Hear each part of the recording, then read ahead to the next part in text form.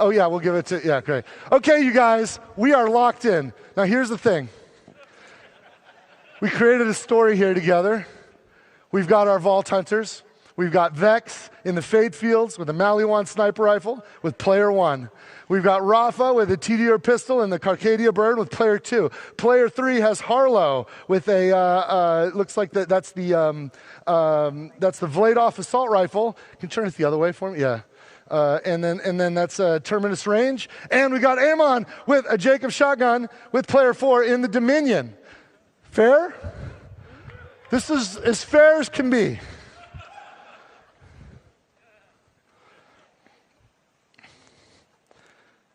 Here's our story, you guys. Oh, guess what? Underneath all of your seats, I've given you a copy of the story. Reach under your seat. There's an envelope with something inside of it. Take that out right now and prepare to have your minds freaking blown. Can you zoom in on this, what I've got here? Borderlands 4 PAX West story. So you want to hear a story, huh? Have I got a story for you? Live on stage at PAX West in 2025, just 2 weeks away from the launch of Borderlands 4, 4 players chosen at random from the audience got the help of other randomly chosen audience members to pick their Vault Hunters, their favorite gun, and to decide where to set off to one of the zones on the planet Kairos. Player 1 played Vex, equipped with a Maliwan sniper rifle, and explored the Fade Fields. Player 2 chose Rafa, who wielded a TDR pistol and scouted Carcadia Burn. Are you guys seeing this? Player 3 became Harlow, who used a Vladoff rifle and tiptoed through Terminus range. And player 4 was Amon, who took a Jacob shotgun and rampaged around Dominion. Crazy, crazy. The heroes paused and looked out into the audience, and everyone noticed player 1 was the only player who wore glasses. Player 2 is the only one with a hat on. It's backwards show. You got a hat on. Yes! Player 3 is the only woman. And what was your name again? Reggie. Player 4 is named Reggie, you guys. Player 4 is freaking named Reggie. That's a miracle. That is a miracle. Oh, wait, there's some more instructions here. Hold on, I got to prepare for this. I forgot this phase. This is the most important phase. Player 1, can you take one of these ammo boxes? Can you take one of these ammo boxes? Player 3, can you take one of these ammo boxes? Player 4, can you take one of these ammo boxes? Let me read this last bit here. I don't know if you guys can read this with me. Can we zoom in on this? Every decision was made exactly as planned. The game was a success. And so at the end of the game, all of the players opened up their ammo crates to find them full of grenades, which they promptly threw with great force towards your narrator, Randy Pitchford. Go ahead.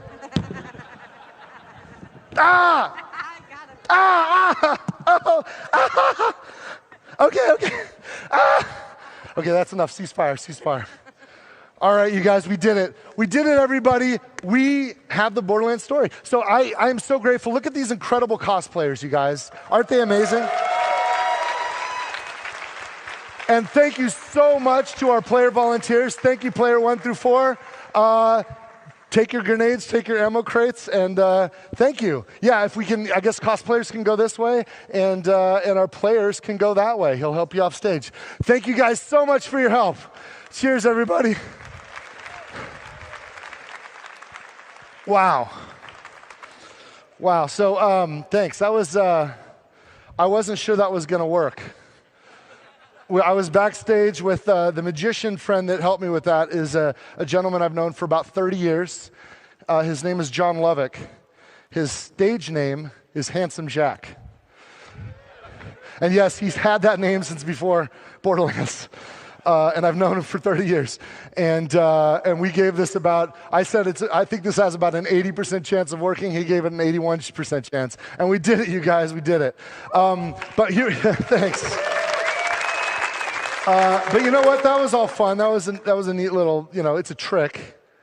I'm not a witch. Nobody's a witch. It's a trick, you guys. It's a trick. But I do have a gift for everybody, including our players. Check this shift code right now. Everybody get a screen grab of this shift code. If you're at home, make sure you got it. This is a killer. This is a killer. This one is 50 golden keys, but 20 diamond keys for Borderlands 3. 20 diamond keys for Borderlands 3, and 50 golden keys for all of the games in the Borderlands family that have golden keys. So get that. I didn't give one away on social yesterday. That's for you for today. That's for everybody who can see this, everybody watching at home, and of course, everybody in the room. So grab that shift code and get those diamond keys. That's at least 20 killer legendaries out of that. So yes, yes. Now let's get to the meat. Let's talk about Borderlands 4. I want to introduce a couple of people to join me to help. You guys, we're very fortunate. We have several people here that work on Borderlands 4, including one of my favorite designers from Gearbox.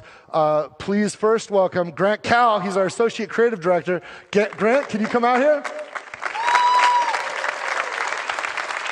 This is Grant. Grab a stool, Grant. Can you grab me one too? And then we got some help. We need a moderator. And we have the best moderator in the world that happens to work at Gearbox. Because before joining Gearbox several years ago, this gentleman you're about to meet was at Game Informer magazine. He left Game Informer magazine. He'd been there for almost 30 years.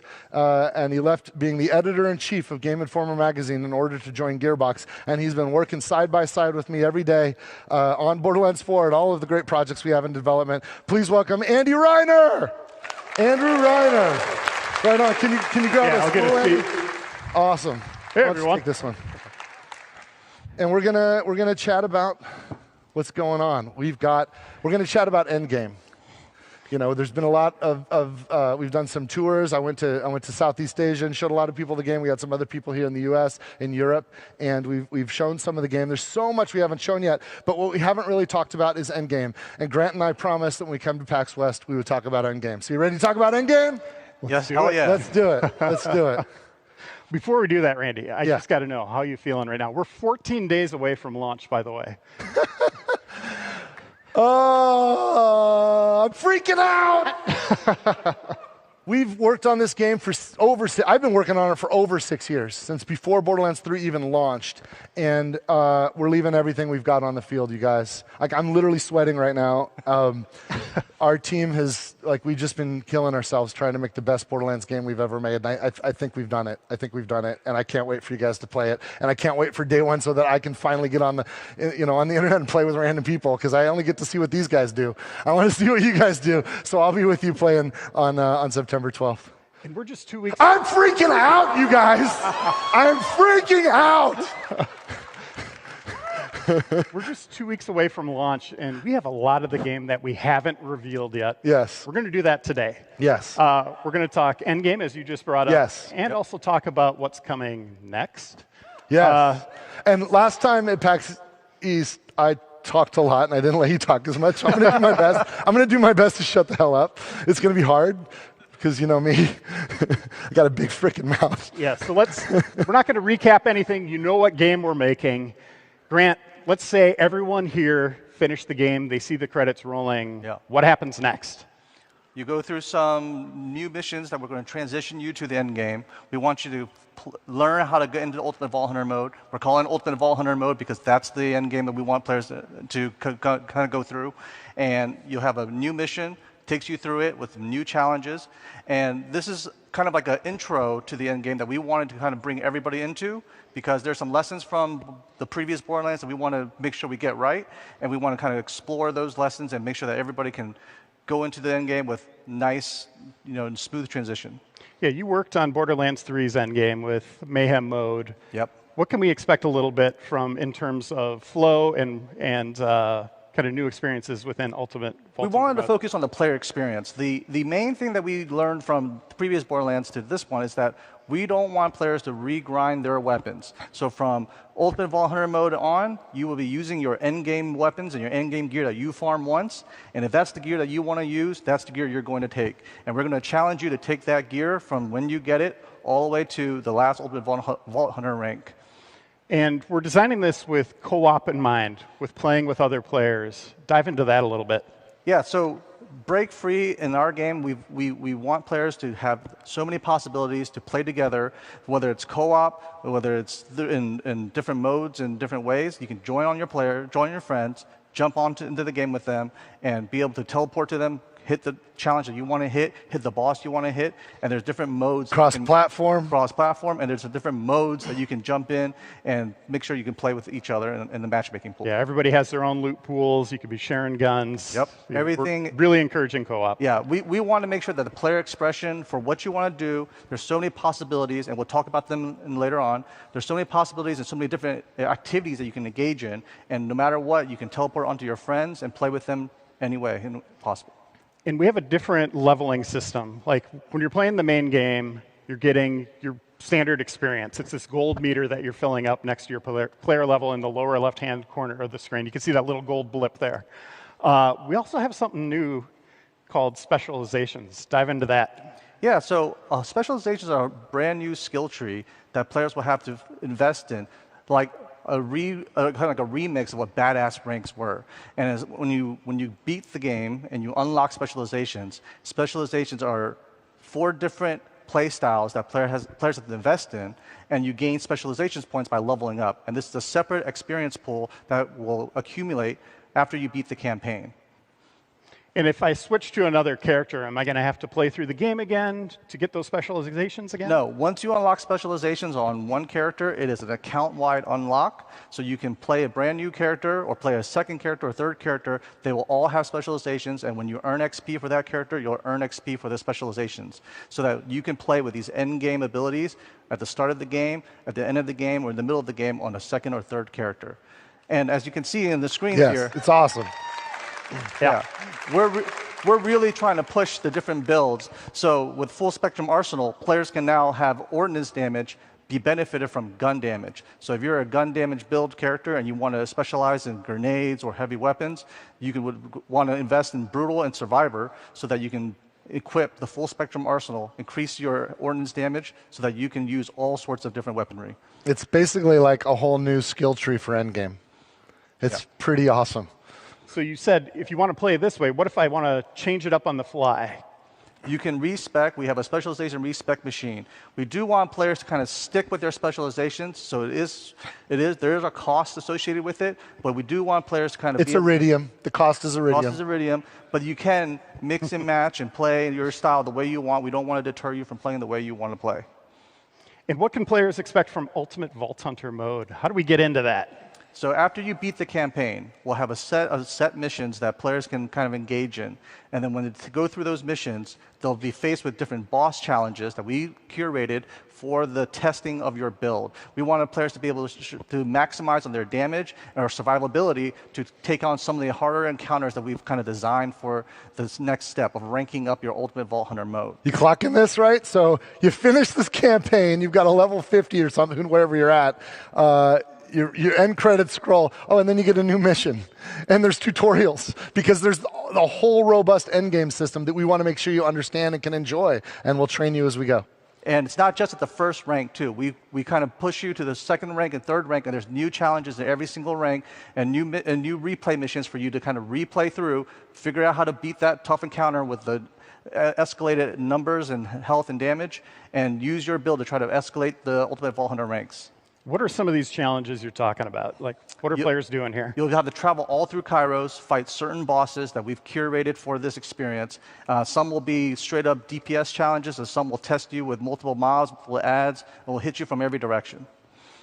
And am I going to have to refarm gear? Absolutely, absolutely not. That's one of the things that we wanted to make sure we took care of, which is we want to respect players' time, and we want to make sure that whenever they want to play something that they want to play, they have the gear they want to do it, and they will challenge you, but you will stick with the gear you want, and you will play with that gear that you play with. You won't have to refarm it at every single Ultimate Vault Hunter mode. Yeah, you don't have to refarm, but of course, if you're like me, you want that perfect drop, and you're going to go hunt for it, and you can absolutely farm as much as you want and get that. You'll find better and better drops. There are, after all, 30 billion guns in Borderlands 4. There's always a better piece of loot.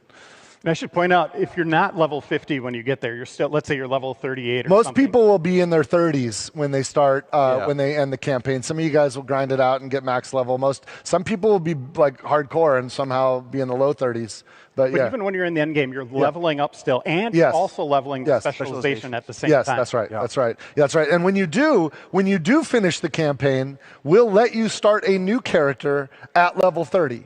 So you don't have to, if you want to just try some of the other player characters, yes. So you can start there, and yes, we got you. Yeah. We got you. Yeah, this is the ultimate break-free kind of direction and mantra that we've practiced. We want players to play the way they want to play, express themselves. So when you beat the campaign and you want to try a new character in game, hop in with a buddy, you can do so, and you can make a brand new level 30 character. You'll have to re-explore the map. You can play it in sort of like a free roam mode, and you'll have to discover all the points of interest again, but you'll be able to kind of take on the whole game at a new difficulty on a new character. No breaks, no obstacles, no nothing. And what else can we do in Ultimate Vault Hunter mode? There's other things going on there. Yeah, Ultimate Vault Hunter mode has not only new bosses with different traits and different attacks, we have different farming zones for players to do things, and we have replay missions that players can go and tackle at harder difficulties too. In addition, we have different activities on a weekly basis that players can go tackle. Yeah, that like the wild card, the weekly wild card. Yep, let's go into that. Weekly wild card mission is one of the coolest things I like, because when you complete a weekly wild card mission, you are guaranteed legendary gear, which is dope, right? Like I love that. I love knowing what I'm going for it, and then getting it because I earned it. What else? But that's not it. It's just one of my favorites. Grant, sorry, go ahead. We also have the Encore machine from Moxie. Yes. Moxie's Encore machine basically chooses a boss that is a little bit tougher, but has a higher chance of dropping the legendary that boss's specific pool drops. So when players want to farm for a boss that has the loot that they want, they would want the Moxie's machine to kind of pick that one, and that one will be that for the week, and then you can farm that boss like basically farming it with a reform machine over and over and over, and hope that you get the special drops from it. We also have a black market. Oh yeah, Maurice's Black Market's back, you guys. And check this out. Not only will it move around, but the loot you see in your game will be different than what somebody else sees this time. So invite your friends. You want, like, if you get like, oh my gosh, my Maurice's Black Market has some killer shit in it. Get people in there. Tell people about it, because they're going to want your loot and they'll make friends with you to get it. Let's talk about endgame gear, since we're just touching on that right now. Well, endgame will force players to want to farm for the best gears, right? So one of the new things that we're offering... Let's say motivate. Motivate. Motivate players to farm the best gear. One of the ways that they're going to attain that is through the firmware system. The firmware system is a set bonus that players will utilize to kind of mix and match and increase their offense or defense or utility capabilities across their character. There's exclusive firmware and a higher Ultimate Vault Hunter modes, but firmware isn't locked to a piece of gear. You can transfer it, which we'll detail in a second. But firmware, you can mix and match from 5 different slots on your gear. And there's bonuses from having 1 piece, 2 pieces, or 3 pieces. So if you wanted to, you could have 5 single set bonuses from 5 different slots on your character, or you can mix and match 3, 1, 1, 2, 2, 1. There's many bonuses that you can mix and match to kind of promote the build that you want to play in. So in these examples you see here, we have a gun build that favors zoom speed, accuracy, and fire rate, so that players can maximize their gun builds that they want. And then here's Deadeye. Oh yeah. Yeah. So this is a 3-1-1. By the way, go back to that screen. Can you go back one? Who didn't open their bonuses here, the rewards? Oh, no. 26 loot chests. That's where you get all sorts of gear, like cosmetics for Echo 4, for your bike, all that stuff. Yeah, most of the mission rewards and rewards that we deliver to you are sent directly to the player so that you can open them right there and there. And we're not going to reveal everything about the endgame today. There's going to be other things that you're going to discover as you're playing it. There are surprises. But we do have some story stuff going on. Randy, I think we need some new people. Yes. Let's talk about, because look. The end game's just part of the stock game, right? And you know that we love throwing stuff in there. We're not stopping. But you also know that, like, some of you guys pre-ordered deluxe or super deluxe editions that have bundled with them future DLC and future content that's premium content. So we thought now's a good time to talk about that too. So let's get some people out on stage to help us out here. Can we get on stage Mario? Let's introduce some people. Mario Rodriguez. There's Mario.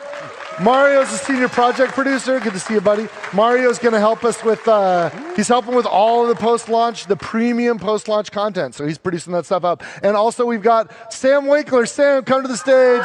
He's on the writing team, our narrative director. Sam's in the house, yo. Sam, join us. And also, I want to bring to the stage Max Davenport. Max Davenport is on the art team. Max is awesome. This dude kicks ass. Have a seat, you guys. And and with them on stage, let's talk about more post-launch stuff. Let's overwhelm people with a giant slide here. Yeah. Randy, what are we looking at? There's a lot of stuff up here, right? Like right out of the gate, we're dropping some free content, seasonal mini events, Horrors of Kairos. It's going to have some new weapons, some new cosmetics, new weather variant, because there's dynamic weather on Kairos. It's crazy. You guys haven't seen anything like this in a Borderlands game before. And that's free content. That's for everybody, whether you've done this stuff or not. But our first premium content is Bounty Pack 1. There's a new mission, a new boss, lots and lots of rewards tied to that one, and it's really, really fun and really, really gnarly, frankly. We're going to drop an Invincible and then Bounty Pack 2 before the first story pack. The first story pack is a big campaign DLC. It's awesome. It's crazy. We're going to talk about it a bit. Maybe I'll just shut up there and let us talk about sit down. that. Yeah, I'll sit down. I'm sorry. I get really pumped about this stuff. Mario, let's unpack that first one, the seasonal events. What can players expect there? Yeah, sure. So seasonal mini events are back. The first one coming in October. We're calling it Horrors of Kairos. And because it comes out so soon after launch, we didn't want to make sweeping changes just yet. So you should expect some tweaked gameplay with some spooky vibes, new legendaries, cosmetics, but only for a limited time, so make sure you don't miss them.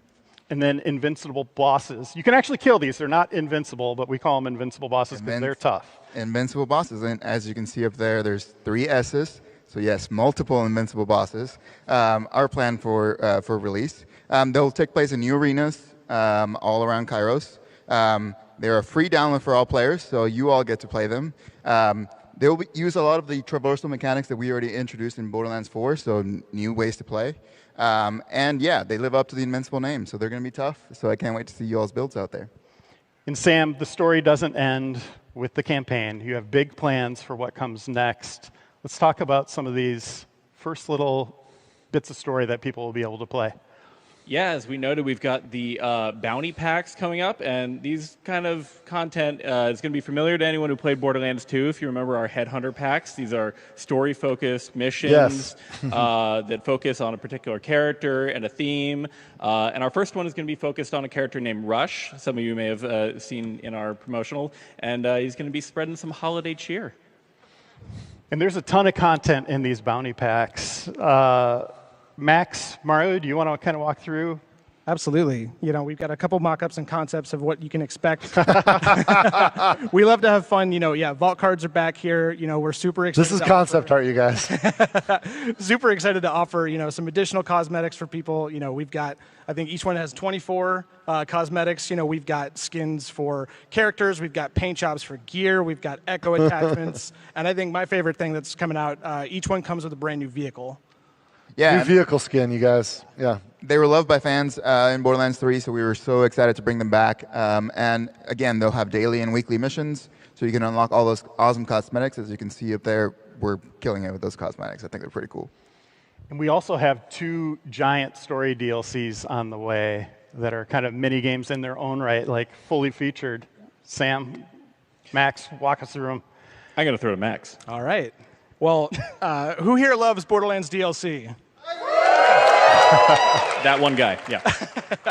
No, it really is. We're super excited to bring back, the tradition of providing, these really awesome, chock-full experiences for people to dig into. It's a chance for us to experiment. It's a chance for us to explore all the cool new features from Borderlands 4 and, keep things fresh, for the longevity of the game. So, on that, there's a ton of new features.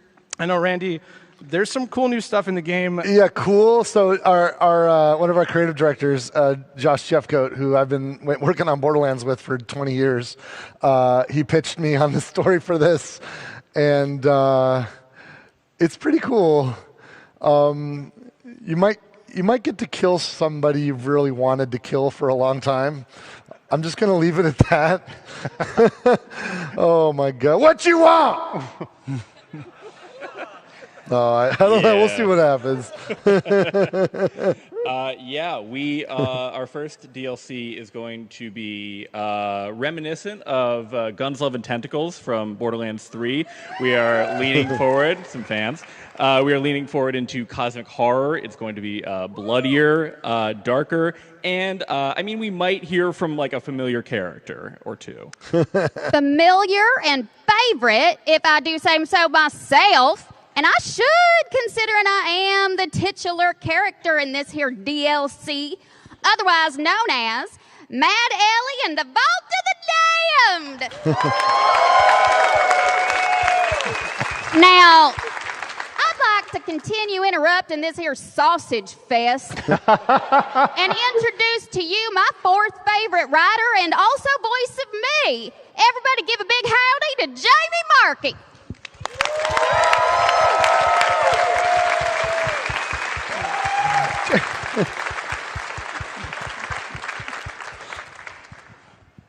Hey, Jamie. Hey. Oh, hi. How's it going?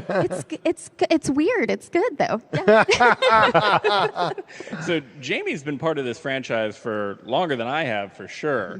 But recently, well, actually a couple years now, we brought you on as a writer. How did that happen?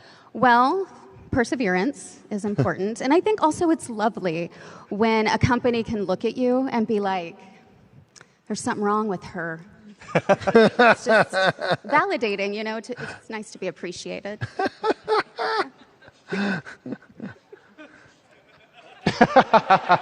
Is that my line? I don't know. Okay. We went through this. Okay, that's what Jamie's been up to. Yes. What's Ellie been up to? Ellie has found herself a little uneasy where she is. She's in a spookier area, not feeling quite herself, in a frozen tundra wasteland. That's right. And it's not only Ellie that's experiencing some strangeness. This brand new map zone is going to offer players brand new challenges, new enemies, and a ton of new gear and loot to collect. So we're super excited about that. Yeah, and we're working on it right now. Like we pencils down on Borderlands 4, and we're like, okay, let's go, let's make this stuff, and it's so much fun. Like we're really good at some of us have been working on Borderlands for 20 years. We're starting to get pretty good at it, and when we ship a game, we really know everything about it. So that's one of the reasons why campaign DLC for Borderlands tends to be really, really great, because we are cooking at all cylinders. And in addition to the campaign DLC, at the same time, we're launching a new playable Vault Hunter. Yes. That's an actual silhouette of this character. Look, we didn't do it in Borderlands 3, and some of you guys hate us for it. Because you know, some of you, like Krieg and Gage, were some of your favorite characters in Borderlands 2. And you want to see what else we've got up our sleeves. So this silhouette here, this guy, literally has a lot up his sleeves. And I cannot wait to introduce him to you. We are working on him right now. I think we just settled on his name last week, right? And that's the smallest part of the work. I'm really excited about this character, and I think you will be too. Well, that's it for our Q&A. Randy, anything else you wanna note? Oh yeah. What have I forgotten? Oh, you know, this is cool. So a week ago, exactly 1 week ago, how many of you, look, I know this, like, I'm not from Butterfinger or anything. Like, I'm not trying to do a sales pitch here, but just out of curiosity, how many of you have pre-ordered Borderlands 4? How many of you have pre-ordered? Wow, yes. Wow. Look, because of you guys, a week ago, Borderlands 4 topped Like 3 weeks before launch, it topped the charts. It was so Borderlands 4 is already a #1 game, and it's not even out yet. It's because of you guys coming with us, showing your support, and pre-ordering the game. And that's awesome. That's awesome. Thank you so much. Thank you. And a week ago, I noticed this. I posted about it on Twitter. My handle's @DuvalMagic. If you're curious, if you want to see me go off the rails, follow me on Twitter. and it was astonishing to me because this is the only incentive. There's no reason to pre-order, but just to get this pack up here that's on the screen, what we call the Gilded Glory Pack, which has some new skins for each of the Vault Hunters, a weapon skin, and a drone skin. Some cool cosmetics exclusive to pre-orders, but they're cosmetics. And this is all you had to motivate you, and you did it. And you made Borderlands literally #1 game in the world before it even launched, which is amazing. And I promised a week ago, it's like, you guys, I think we owe you something. I think we owe you something. So I promised we're going to sweeten the pot. And today I'm going to tell you how we're sweetening the pot. We have something really, really cool. Some awesome people worked really hard to create some new stuff. So now, for all of you people that have pre-ordered, you don't have to do anything. You've already done it. You're going to get some gear, and it's freaking cool gear. It is kick-ass, cool-ass gear. First of all, before I talk about this, well, let me tell you a little bit about the gear.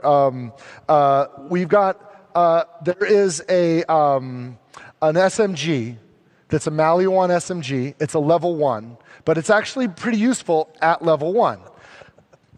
It'll actually be helpful even up to your first boss fight. So it'll probably be good. It'll be good even if you've got some other gear along the way between start of the game to the. But here's what's really cool about it. For the rest of the game, it also makes fireworks happen and explosive. It's basically like, so you'll keep this level 1 gun forever because you can only get it if you're pre-ordered, and it's the celebration machine. You're online with a friend who's having their birthday. Bring this baby out. Fireworks, fireworks. You want to propose to your girlfriend in the game? Fireworks, fireworks. It's awesome. It's so much fun. You'll have a blast. Now, earlier we were talking about, hey, when you complete the game, you can create new level 30 characters. We've got a couple pieces of level 30 ordnance. We've got a level 30 grenade and a level 30 rocket launcher, and these are kick-ass. I don't want to forget the details. So yes, the Sidewinder rocket launcher. It has pretty fast regen time, ammo regeneration, and relatively fast fire rate. It is a pretty straightforward old school rocket launcher, but it's badass and will be immediately there for you when you start that next character at level 30. And the transmitter, which is the Ripper grenade, it's insane. It spawns extra grenades, shredding through everything. It is a very, very powerful grenade for level 30. Highly recommend it. Both the rocket launcher and the Ripper grenade come with some pretty badass God Killer firmware, which you'll figure out what that is, but it's awesome, and that's baked into those level 30s. And then I think the coup de grace is a unique, legendary, level 50, peak level rifle. That guy right there, you're going to have that before you even start. It's waiting for you at endgame. And it fucking kicks ass. This fucking gun is so badass. You're going to shred with it. So it'll get you right going on endgame. And of course, and the other thing too about that, we're also going to throw in this Psycho head. So every Vault Hunter can wear the Psycho head. It's a customization, so it's not just the gear, it's also that. So that's a free added gift for everybody that's pre-ordered. I can't stop you from pre-ordering now if you do want to get in on this, if you haven't pre-ordered yet, but this is a gift to show everybody our thanks for making Borderlands #1 before we've even launched. Thank you guys so much. Yeah. That was a fantastic. Anything else you want to raise? Any words of wisdom or final parting thoughts? Oh shit! I can't believe this. I'm such an idiot. One more thing. Grant, can you go get one of those guns? I got it right here, Randy. Oh, you got okay. So last time when Grant and I were at PAX East, some of you guys caught me teasing something. I don't want to be a tease. Grant's been working hard. Also, like some of the other folks have been working so hard. Jasper Foreman and Neil Johnson back home. These guys, the reason why you're getting that pack and the reason why this game is so solid is because of these guys. Lawrence Nash has been helping out with the production on that. These guys are badasses, and the team of the people that surround them make this possible. But Grant here has been working overtime, working late on Fridays, because turn that gun over and move it a little bit. I don't know if that means anything to anybody, but the skin looks a little pearlescent, wouldn't you say? Wouldn't you say it looks a little pearlescent? Pearlescents are back.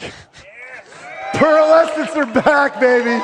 Pearlescent, and it's because of Grant and the guys on his team. And listen, it's not going to be easy. The droplet rates for when they can drop, it's less than 1%. So if you get one of these, you're lucky. You're lucky. But they're going in the game. So let's see where. Around when Bounty Pack 2 launches, which is in Q1 2026, that's when the Pearlescence will be added to the game. And it's free for all. Go for it. Go for it. Pearlescence added to Borderlands 4. Amazing. Yes. Thank you. Cheers. Thank you all. So give them a round of applause. Yes. That was a fantastic discussion. Hey, you know what? We're going to go over it because, hey, if anybody wants to meet us, I think we're going to go somewhere to sign autographs. Dan's got some really, really important, cool stuff. Don't leave yet because you definitely want to hear this. But we're going to get off the stage so we can go meet you over there and be ready, okay? Absolutely. You got this, Dan? I got it. Okay, he's got some cool stuff to close you out. Thanks, you guys. Everybody. We'll see you in the Borderlands on September 12th. Thank you so much for joining us today.